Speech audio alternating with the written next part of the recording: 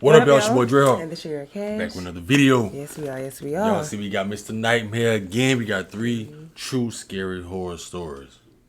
What we need y'all to do is get your snacks, get your drinks, get your blankets. Or whatever like that.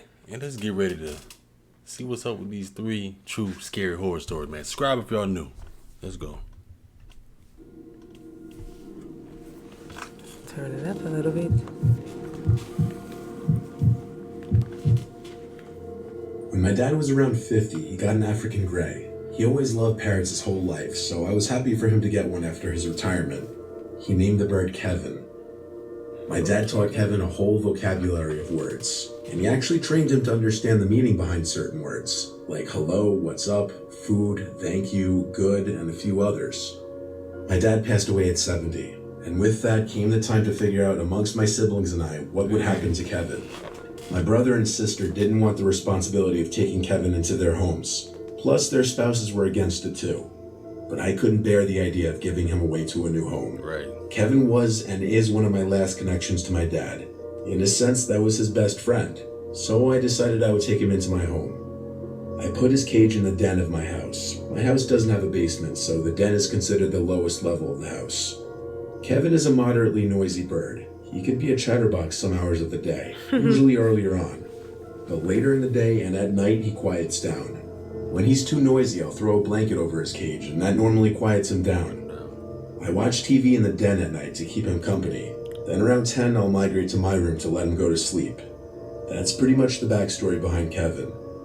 I've been taking care of him for 2 years now, so I know exactly how he behaves and when he's acting out of the ordinary. Speaking of out of the ordinary, there was one night in December around 11 p.m. that Kevin started making sounds while I was trying to sleep.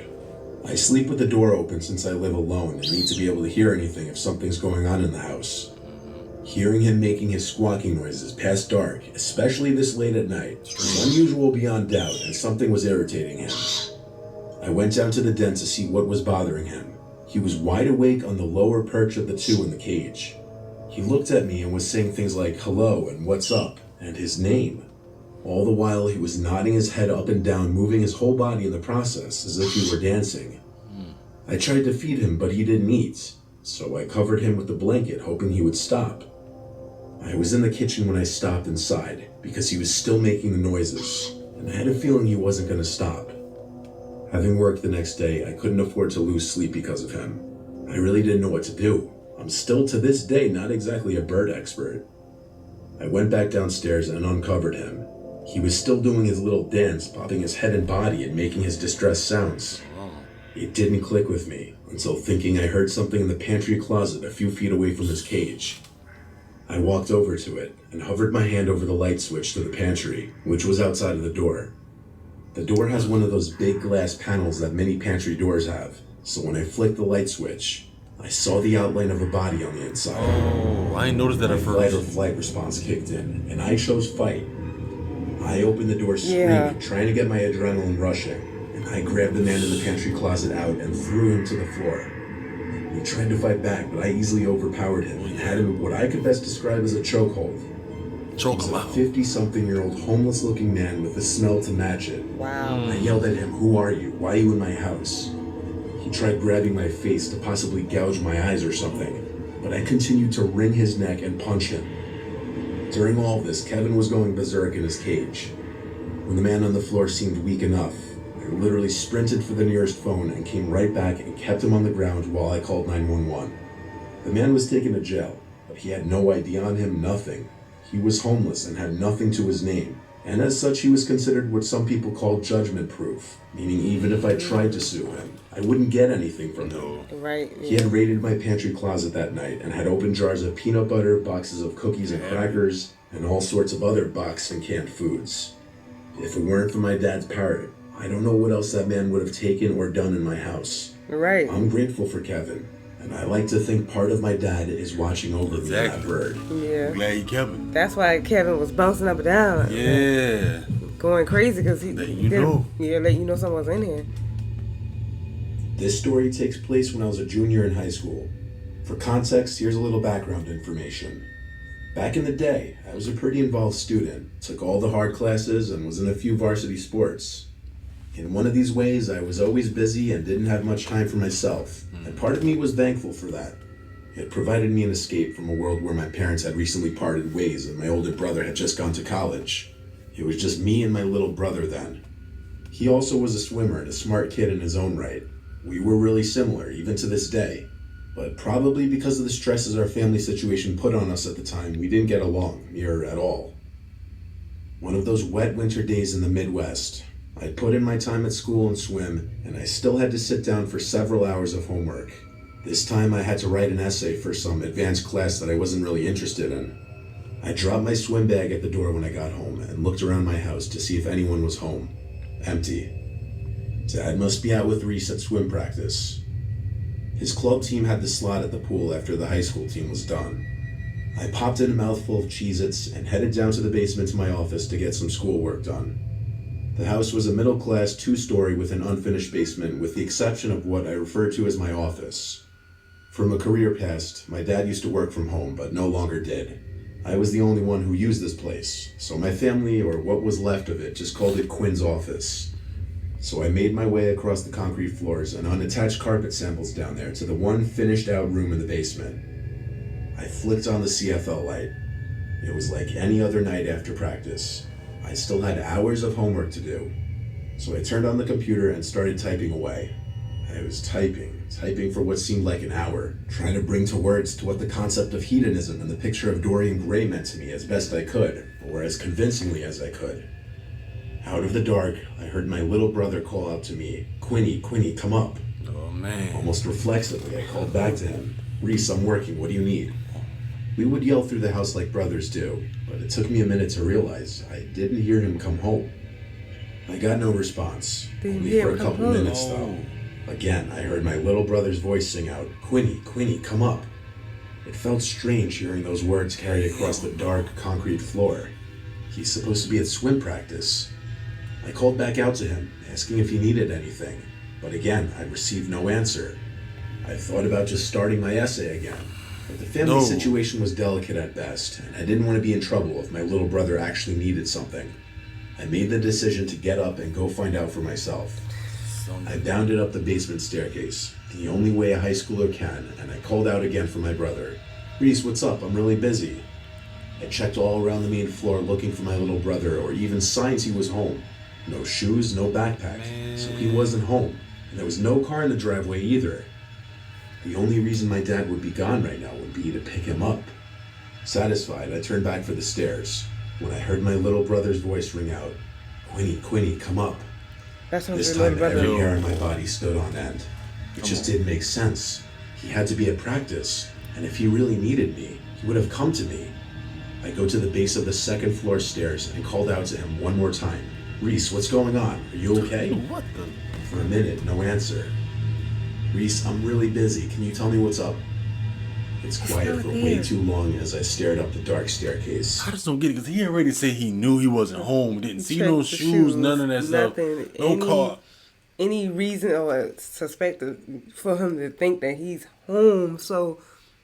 Then you want to go back to doing your stuff like it's just normal. Like what's wrong with some people? Oh my gosh, that's the, how they say it, a demon or something. Because you know sometimes they say like a ghost or whatever like that can mimic your voice and make it seem like that's one of your relatives or somebody that you know calling you, and that's not really them calling you. Yeah. I remember my mom used to always tell me like never answer. Yeah, never answer.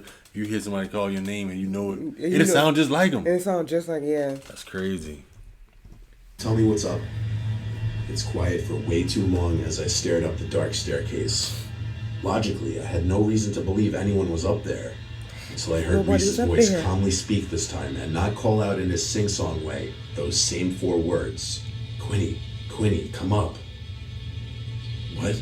I asked under my breath. I couldn't comprehend the situation. I did quick inventory of any probable scenario. Break-in, wrong voice. A prank? I would have seen something at this point. It had to be Reese, and maybe helping him would make me a good brother. So I began up the stairs. My heart pounded with each step, and I was about to make the landing to the dark second floor. Then I heard the buzz of the garage door motor. I ran back down the stairs and looked out the window. It was my father's sedan. and him and my little brother got out. I stumbled from the window to the hall where they would enter, and I felt my heart almost stop beating. I collapsed on the floor and just started to cry uncontrollably. Boy. What if that was like a setup for him to come up to wherever that thing was calling him at, man? This was like 15 years ago now when I was a kid. I was with my best friend Jackson at some abandoned family resort or bungalow colony type place in New York. It was off a main road and then down a private dirt path driveway entrance. And it was a rather large property with a bunch of old abandoned buildings, including at least 10 small bungalows, a main hall, a few bathroom stations, and an indoor pool house. Along with that was an outdoor pool, a shuffleboarding area, and a kid's playground. Everything was old, run down, and with tall, overgrown grass growing over it. We found this place accidentally one time walking down Route 209, but we didn't explore it that day. We came back another night. By the time we went, it was past sunset. The sun was kissing the sky goodnight. It was getting very dark, but we didn't want to come during the day in fear of getting caught and getting charged with trespassing. We brought along walkie-talkies and flashlights with us to communicate to each other when we'd split up. We started looking around the bungalows together.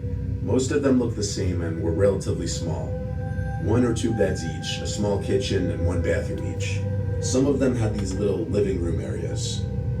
Halfway looking through these bungalows, I split off from Jackson because he was moving kind of slow. I tried to enter the building that looked to be the main hall or office or something, but every entrance was locked. I walkie-talkied Jackson to tell him that the big building was locked. He didn't walkie-talkie back. I wondered if I was out of range from where he was. 2 minutes later, I found myself at one of the 2 bathroom buildings. It was probably a 400 square foot building. There were no doors to the building though. It was unusual. It just had 2 big openings, one for the men's room, one for the women's room. I remember the signs being faded and worn out looking. Then I saw these red tracks on the dirty old concrete bathroom floor. Now I'm not going to sit here and say they looked like bloody footprints, but I couldn't explain what these red marks could be then, and I still can't say for certain now. Regardless, it was pitch black inside that bathroom around that corner, and that was the first building I was scared to enter. I tried walkie-talkieing to Jackson again, hoping he was in range this time. I pressed the button on the walkie and said, "Yo, where are you?" When I let go, I heard the beep sound that the receiving walkie makes after getting a message from inside the bathroom. Yeah, that's what I'm about to say, isn't it? It gave me a near heart attack. Then I thought Jackson must already be in there, hence the red-looking footsteps. I called his name, and it echoed into the bathroom. I was actually about to step into the bathroom thinking he was hiding from me, pranking me, when I heard Jackson's voice call out from the distance behind me, outside in the darkness of the night. I heard him getting closer. Couldn't see him in the dark, but he obviously saw my light, so I yelled back, "I found your walkie-talkie." I started stepping into the bathroom, but then he said back, "Don't go in there, I never went in there." This is when I turned around and hurried right out of there. I pressed and released the talk button really quick on my walkie, causing the beep again from inside that pitch-black women's room. Jackson and I looked at each other for half a second, then began dashing in the direction we came.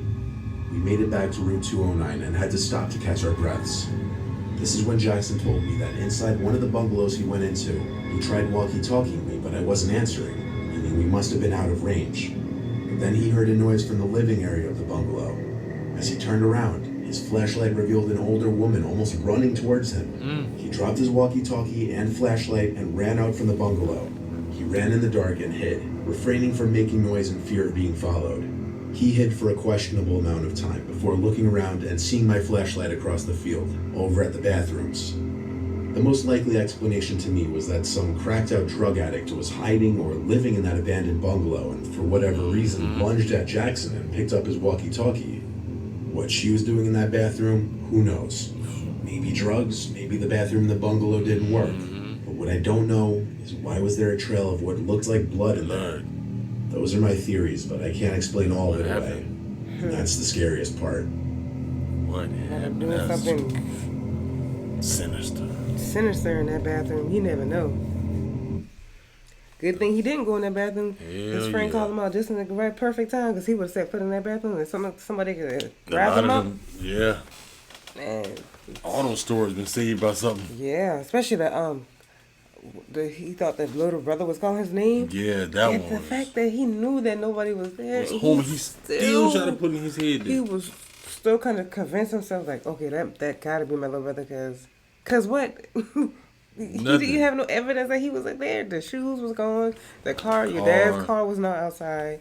I mean, like, what's going on? I don't know. He was gonna go upstairs and tell his daddy. He heard his daddy car pull up in that truck. Oh, man, lucky. That boy, you lucky. And the parrot saved his Yeah, I'm glad he didn't get the parrot away now. It was probably his daddy working through the parrot, and the parrot just doing good things like that. That was 3 true scary horror stories about Mr. Nightmare. If y'all enjoyed this content, make sure you give it a thumbs up. Drop some comments down below. What other videos y'all want to see? Make sure y'all check them out. Other than that, we'll catch y'all next video. Catch y'all next one.